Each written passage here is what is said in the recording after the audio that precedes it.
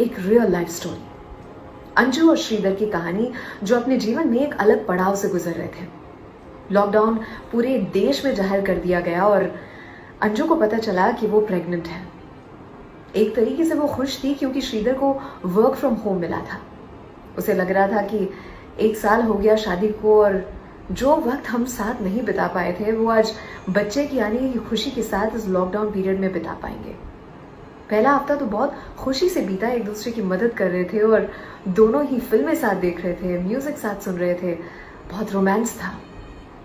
पर दूसरे हफ्ते श्रीधर पे स्ट्रेस बढ़ चुका था। वर्क फ्रॉम होम, बहुत सारे फोन कॉल्स, ऑफिस के कॉल्स, साथ ही कलीग्स के साथ डिस्कशंस और स्ट्रेस दूर करने के लिए दोस्तों का सहारा, क्योंकि श्रीधर को पता चला था वो जिस कॉर्पोरेट में काम करता था वहां से हवाएं उड़ने लगी थी। शायद तक कॉस्ट कटिंग किया जाएगा क्योंकि बहुत सारे लोगों की नौकरियां जाने को थी। श्रीधर बहुत टेंशन में था लेकिन अंजू को बॉदर नहीं करना चाहता था, तो अंदर ही अंदर उसका दम घुट रहा था। उसने अंजू को कुछ नहीं बताया।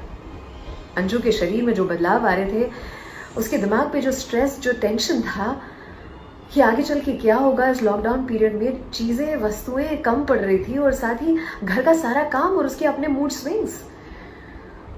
एक दिन उसके मुंह से निकल गया कि पूरे दिन मोबाइल में घुसे रहते हो, क्यों ना थोड़ी देर के लिए मेरी मदद कर दो। और श्रीधर का गुस्सा वहीं फट पड़ा। उसने वो सारे शब्द कह दिए जो उसे अंजू से कभी नहीं कहने चाहिए थे, खास करके इस स्टेज ऑफ लाइफ में। अंजू अचानक से रो पड़ी। श्रीधर का गुस्सा रात तक बरकरार था। उसने ये तक कह दिया रात तक में कि तुम यहां से चली क्यों नहीं जाती, just leave me alone.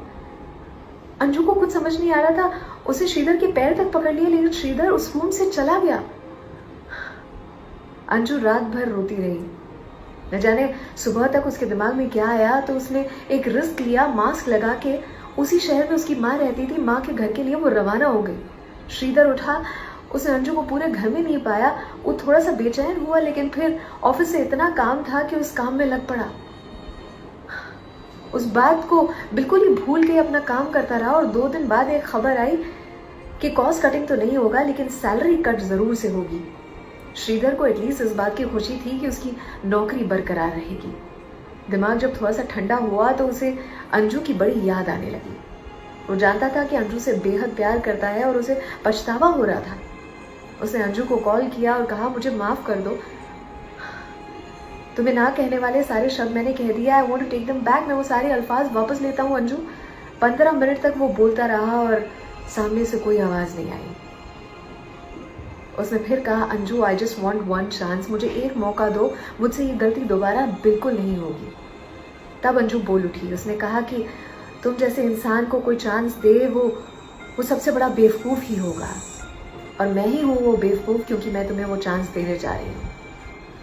Shridhar की खुशी का ठिकाना नहीं था। उसने अपनी गाड़ी को सैनिटाइज किया और वो अंजू को लेने उसकी माँ के घर पहुंच गया।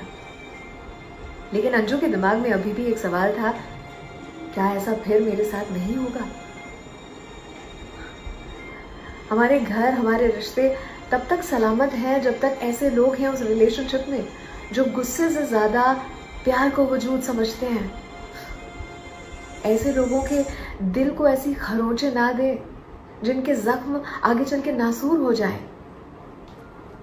लोग मोबाइल में गुम रहते हैं, मोबाइल स्क्रीन में झुके रहते हैं, रिश्तों को निभाने के लिए झुकना नहीं चाहते हैं।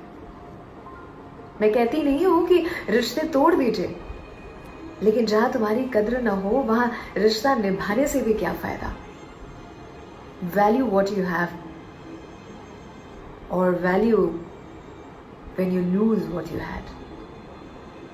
I know difficult time है लेकिन साथ मिलकर प्यार से गुजारना होगा।